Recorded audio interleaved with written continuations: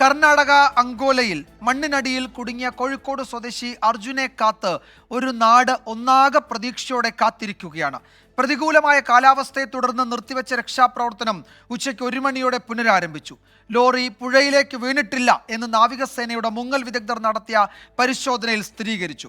Lorry അകപ്പെട്ട സ്ഥലം GPS പരിശോധനയിൽ കണ്ടെത്തിയെന്ന് മന്ത്രി KB ഗണേഷ് കുമാർ 24നോട് പറഞ്ഞു. ഈ മേഖലയിൽ വൈകിട്ടോടെ പരിശോധന തുടങ്ങി. മെറ്റൽ ഡിറ്റക്ടർ അടക്കം സാങ്കേതിക സൗകര്യങ്ങളും പരിശോധനയ്ക്കായി എത്തിച്ചിട്ടുണ്ട്. കാണാം ഇന്നത്തെ ലീഡ് സ്റ്റോറി. നാവികസേനയുടെ 8-അംഗ സംഘവും NDRFുമാണ് തെരച്ചിലിന് നേതൃത്വം നൽകുന്നത്.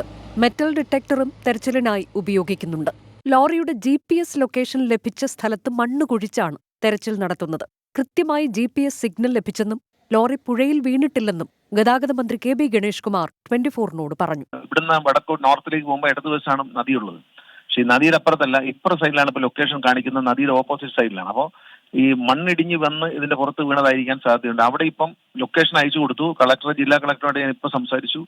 മാഡം പറഞ്ഞത് ഇപ്പൊ തന്നെ അവിടെ പരിശോധന തുടങ്ങിയിട്ടുണ്ട്. അവിടെ കുഴിച്ചു പരിശോധിക്കാൻ പോകുന്നു. അതുകൂടാതെ 20 മീറ്റർ താഴ്ചയുള്ള മെറ്റൽ ഡിറ്റക്ട് ചെയ്യുന്ന ഒരു മെഷീൻ കൊണ്ടുവന്നിട്ടുണ്ട്.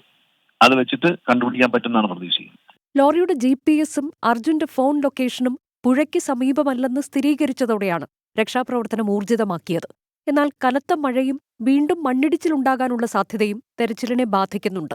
തെരച്ചിലിനായി കൂടുതൽ വിദഗ്ധ സംഘത്തെ സ്ഥലത്ത് നിയോഗിച്ചുവെന്ന് ഉത്തരകന്നഡ ഡെപ്യൂട്ടി കമ്മീഷണർ ലക്ഷ്മി പ്രിയ 24നോട് പറഞ്ഞു. Here we are trying to metal detectors also. We are trying. We still not got. We still trying. We cannot put more teams because this land is unstable. The present team we will slowly work. Kerala സർക്കാരിന്റെയും കോൺഗ്രസ് നേതാക്കളുടെയും സമ്മർദ്ദത്തെ തുടർന്നാണ് നേരത്തെ മന്ദഗതിയിലായിരുന്ന രക്ഷാപ്രവർത്തനം വീണ്ടും ഊർജ്ജസ്വലമായത്. 24 ബംഗളൂരു. അർജുനെ കണ്ടെത്താനുള്ള തെരച്ചിൽ നിർണായക മണിക്കൂറുകളിലേക്ക് കടന്നു എന്നതാണ് ഏറ്റവും പുതിയ വിവരം. മണ്ണുമാന്തി യന്ത്രങ്ങൾ ഉപയോഗിച്ചുള്ള മണ്ണ് നീക്കുന്ന ജോലി അവിടെ പുരോഗമിക്കുകയാണ്. സജോ ദേവസ്യ വിവരങ്ങൾ നൽകും. ഒപ്പം സമീർ C മുഹമ്മദും ചേരുന്നുണ്ട്. സജോ, ഈ തെരച്ചിലുമായി ബന്ധപ്പെട്ട് ഇപ്പോൾ നമുക്ക് ലഭ്യമായിരിക്കുന്ന വിവരങ്ങൾ എന്താണ്? വൈകിട്ട് ഒരു 6 മണിയോടെയൊക്കെയാണ് ഈ GPS സംവിധാനം അവിടെ ഈ ലോറി ഉണ്ടെന്ന് കണ്ടെത്തിയ മേഖലയിലെ തെരച്ചിലിലേക്ക് അവിടെ JCB ഒക്കെ കടന്നിട്ടുള്ളത്. അപ്പോൾ അതിൻ്റെ ഒരു റിസൾട്ട് അറിയാറാകുന്നതേ ഉള്ളൂ എന്ന് തോന്നുന്നു. എന്താണ് നമുക്ക് ഈ ഘട്ടത്തിൽ നൽകാൻ കഴിയുന്ന വിവരങ്ങൾ? വിജയകുമാർ, ശുഭവാർത്തയ്ക്കായി നമുക്ക് പ്രതീക്ഷിക്കാം. പക്ഷേ അപ്പോഴും ഈ രക്ഷാപ്രവർത്തനം യഥാർത്ഥത്തിൽ ഒരുപാട് വൈകി. പിന്നീടും അങ്ങോട്ടേക്ക് ഇപ്പോൾ ദ്രുതഗതിയിൽ തന്നെ പിന്നീട് ഒരു സമ്മർദ്ദമൊക്കെ പല കോണുകളിൽ നിന്നുണ്ടായി. സംസ്ഥാന സർക്കാർ ഇടപെട്ടു, പ്രതിപക്ഷവും അങ്ങനെ രാഷ്ട്രീയമായും കോൺഗ്രസ് ദേശീയ നേതൃത്വം അങ്ങനെ പല നിലയ്ക്ക് ഇടപെട്ടു. പിന്നീട് മുഖ്യമന്ത്രി സിദ്ധരാമയ്യയുടെ ഓഫീസ് തന്നെ ഇക്കാര്യത്തിൽ ഇടപെട്ടു. അതിനുശേഷം കുറെ കൂടി വേഗത്തിൽ ഈ രക്ഷാപ്രവർത്തനം നടക്കുന്നുണ്ട്. ഇതിലെ ഏറ്റവും പ്രധാനപ്പെട്ട ഒരു വഴിത്തിരിവ് യഥാർത്ഥത്തിൽ നേരത്തെ തന്നെ തുടങ്ങി ഈ രൂപത്തിൽ വിപുലമായ ഒരു രക്ഷാപ്രവർത്തനത്തിലേക്ക് നേരത്തെ കടക്കേണ്ടതായിരുന്നു.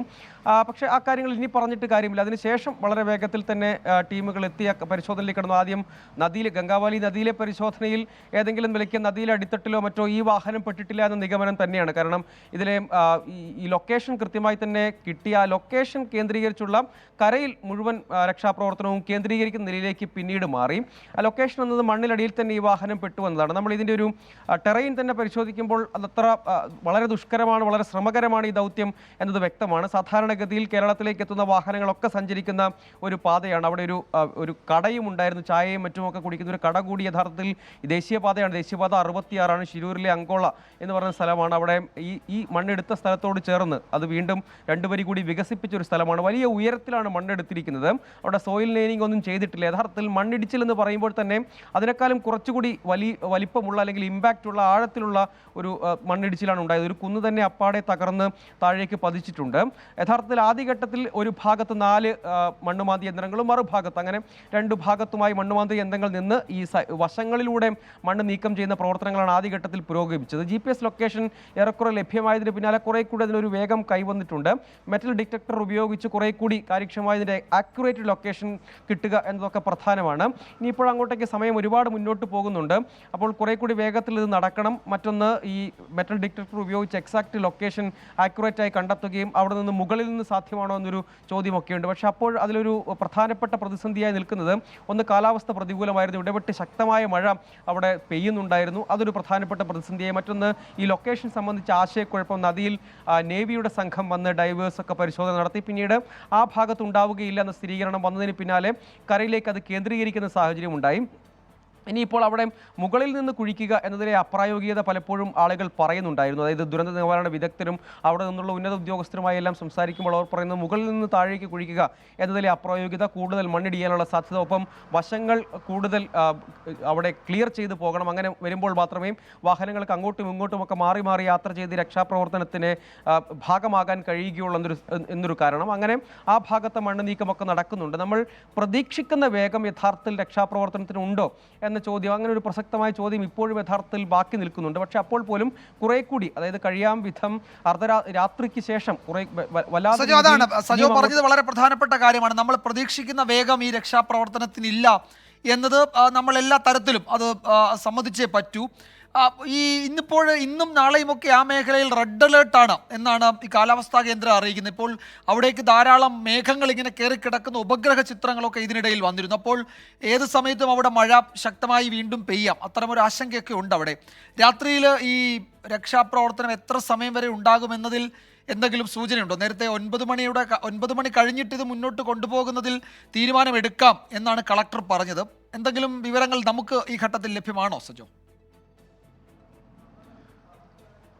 വിജയകുമാർ, ഇതുവരെ 9 മണി വരെ രക്ഷാപ്രവർത്തനം എന്ന നിലയ്ക്കുള്ള ഒരു പ്രാഥമിക തീരുമാനമായിരുന്നു ഉണ്ടായിരുന്നത്. അതിനുശേഷം കൂടുതൽ ലൈറ്റുകളൊക്കെ സ്ഥലത്തേക്ക് എത്തിച്ചത് കുറെ കൂടി എക്സ്റ്റെൻഡ് ചെയ്യാം എന്ന നിലയ്ക്കുള്ളൊരു ചർച്ച നടക്കുന്നുണ്ട്. അത് എത്രത്തോളം നടപ്പാകുമെന്നത് നമ്മൾ ഇനിയും കാത്തിരിക്കണം. യഥാർത്ഥത്തിൽ 9 മണിക്ക് ശേഷം ഒരു രക്ഷാപ്രവർത്തനം എത്രത്തോളം പ്രായോഗികമാകുമെന്ന കാര്യത്തിൽ സംശയങ്ങളുണ്ട്. പക്ഷേ ഇപ്പോൾ അവിടെ നിന്ന് നമ്മൾ ഈ ഉദ്യോഗസ്ഥരുമായും അവിടെയുള്ള ആളുകളുമായി എല്ലാം ആശയവിനിമയം നടത്തുമ്പോൾ ഈ സമ്മർദ്ദങ്ങളും ചർച്ചകളും ഒക്കെ സജീവമായി തന്നെയുണ്ട്. അവിടുത്തെ ഉദ്യോഗസ്ഥരും SP യും ഒക്കെ IG തന്നെ സംഭവ സ്ഥലത്തേക്ക് എത്തിയെന്ന് SP തന്നെ വിശദീകരിക്കുകയും ചെയ്യുന്നുണ്ട്. അങ്ങനെ വരുമ്പോൾ ഉന്നത ഉദ്യോഗസ്ഥരുടെ ഒരു സാന്നിധ്യം അവിടെയുണ്ട്. അതിനുശേഷം മുന്നോട്ട് കൊണ്ടുപോകണമെങ്കിൽ കുറെ കൂടി സപ്പോർട്ട്, ടെക്നിക്കൽ സപ്പോർട്ടൊക്കെ ആവശ്യമാണ്.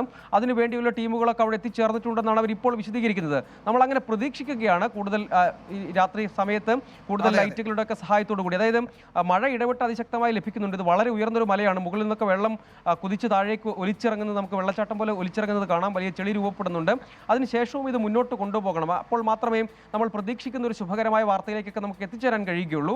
അത് പ്രതീക്ഷിക്കുന്നു. അത്തരം ചർച്ചകൾ നടക്കുന്നുണ്ട്. 9 മണി വരെ എന്നൊരു സമയമാണ് യഥാർത്ഥത്തിൽ ഇപ്പോൾ പ്രായോഗികമായ ഒരു സമയം. പക്ഷെ അതിനുശേഷവും കൂടുതൽ ലൈറ്റുകളും സംവിധാനങ്ങളും ഒക്കെ ഒരുക്കി തിരച്ചിൽ തുടരുന്നതിന് വേണ്ടിയുള്ള ക്രമീകരണങ്ങൾ, അത്തരം ചർച്ചകൾ നടക്കുന്നുണ്ട് എന്നാണ്. ശരി സജോ, എന്തായാലും 9 മണിക്ക് ശേഷവും ഇന്ന് രാത്രി വൈകിയും ഒക്കെ തെരച്ചിൽ നടക്കട്ടെ, അതിനനുകൂലമാവട്ടെ കാലാവസ്ഥ എന്ന് നമുക്ക് ആഗ്രഹിക്കാം.